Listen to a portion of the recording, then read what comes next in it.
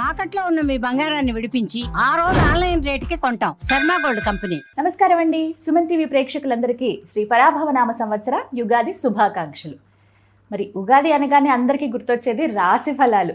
మా జాతకం ఎలా ఉంది, ఈ సంవత్సరం ఎలా ఉండబోతోంది తెలుసుకుందాం. వివరించేందుకు మనతో పాటు ఉన్నారు శ్రీ జగదాంబ త్రిశక్తి పీఠం పీఠాధిపతులు తాళ్ళూరి బనారస్ బాబు గురూజీ.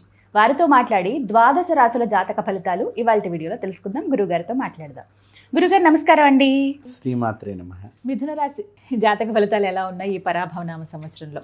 అంటే చాలా కోరికలు ఉంటాయి, ఈ సంవత్సరం అనుకోనివి నెరవేరుతాయా, ఆర్థిక ఇబ్బందులు గట్టెక్కుతాయా, ఇలాంటివి చాలా మంది మిథున రాశుల వాళ్ళు వారు పెట్టినటువంటి కామెంట్స్ అండి, ఈ సంవత్సరం అయినా బాగుంటుందా అని. అందుకే మరి వారికి ఏ విధంగా ఉంది, మంచి ఫలితాలు పొందడం కోసం ఎటువంటి పరిహారాలు చేసుకోవాలో తెలియచేయండి. తప్పకుండా అమ్మ. మిథున రాశిని మనం పరిశీలన చేసినట్లయితే మృగశిర 3, 4 పాదాలు దీని కిందకు వస్తాయి. ఆరుద్ర, పునర్వసు 1, 2, 3 పాదాలు ఈ మిథున రాశిలో మనకు కనిపిస్తాయి అన్నమాట. వీరికి ఆర్థిక విషయాల్లో పురోగతి కనిపిస్తోంది.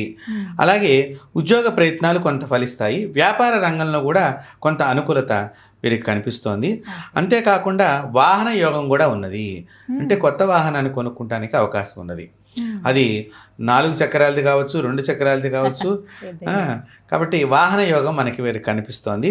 అలాగే మంచి ఫలితాలు కూడా వీళ్ళకి, ఈ మిథున రాశి వారికి చాలా మటుకు మంచి ఫలితాలు అందుకునేటువంటిది అవకాశం కనిపిస్తోంది. కన్సల్టెన్సీ, ఆడిటింగ్ రంగాల్లో వారికి పురోగతి బాగా కనిపిస్తోంది.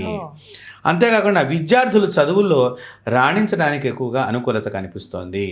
అంటే మనము ఇక్కడ ముఖ్యంగా చదువుకునేటువంటి వాళ్ళు, మనం ఇందాకే ఆడిటింగ్ అని చెప్పినాం. అంటే ఈ మిథున రాశిలో ఎవరైతే CA కోర్సులు చదివేటువంటి వాళ్ళు కానివ్వండి, లేకపోతే ఈ ఆడిటింగ్ డిపార్ట్మెంట్కి సంబంధించిన విద్యల్లో ఇంకా రకరకాల కోర్సులు నేర్చుకుంటున్నటువంటి వాళ్ళు, వీళ్ళందరికీ కానివ్వండి చాలా మంచి అవకాశం మిథున రాశి వాళ్ళలో మనకు కనిపిస్తోంది.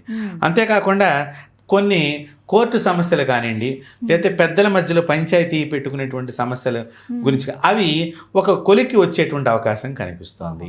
అంటే నిర్ణయం జరగటానికి అవకాశం, అంటే తీర్పులు రావడానికి కానివ్వండి, కోర్టులో ఉంటే తీర్పు రావటం కానివ్వండి, ఏదో ఒకటి పరిష్కారం, సమస్యకి పరిష్కారం అనేది కనిపిస్తోంది ఇక్కడ మనకి. అంతేకాకుండా వీళ్ళకి ఈ జన్మరాశితో పాటు 2, 3 స్థానాల్లో గురువు యొక్క సంచారం మూలకంగా మనం ఆలోచన చేస్తే ఉద్యోగ వ్యాపారాల్లో పురోగతి, అలాగే ఫలితంగా వ్యాపారం విస్తరించేటువంటి అవకాశం కూడా కనిపిస్తోంది.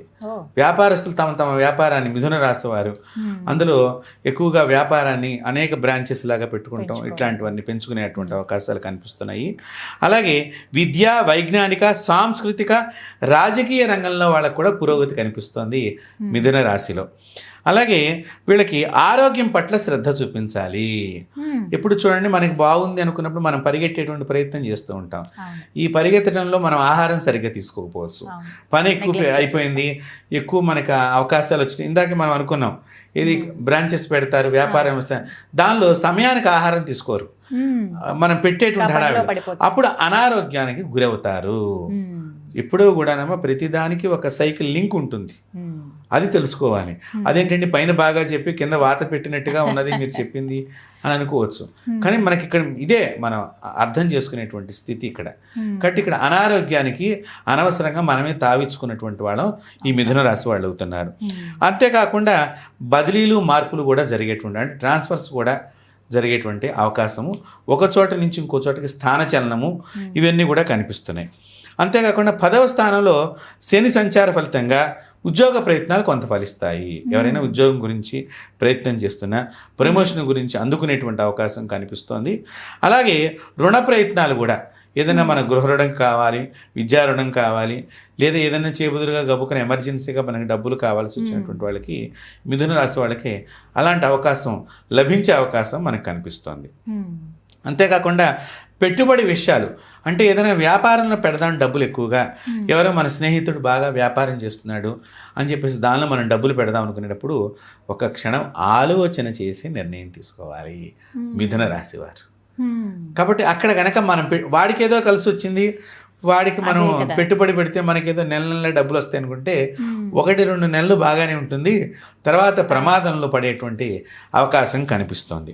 అంతేకాకుండా మనం రాహుకేతువులను గనక మనం పరిశీలన చేసినట్లయితే మిథున రాశి వారి మీద రాహుకేతువుల ప్రభావం ఎలా ఉంది అని చూస్తే గనక బదిలీలలో మొదట్లో చిన్న ఇబ్బందులు ఏర్పడతాయి.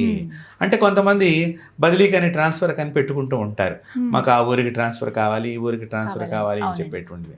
ఆ ప్రయత్నంలో మొదట వీళ్ళకి చాలా చిక్కులు కానీ అనవసరమైనటువంటి మాటలు అనిపించుకోవటం కానీ, నువ్వు ఎందుకు ఏం చేసావని చెప్పి అక్కడికి ఎడుతున్నావు ఇక్కడికి ఎడుతావు అనేటువంటి పై ఆఫీసర్లు ఎవరైతే చేద్దాం అనుకునేటువంటి ర్యాంకులో ఉండేటువంటి వాళ్ళు అనేటువంటి మాటలు కానీ, లేకపోతే వీరు స్వతహాగా చేసేటువంటి ప్రయత్నంలో కానీ కొన్ని చిక్కులు అనవసరమైనటువంటి మాటలు అనిపించుకోవడానికి అవకాశం కనిపిస్తుంది మిథున రాశి వారికి.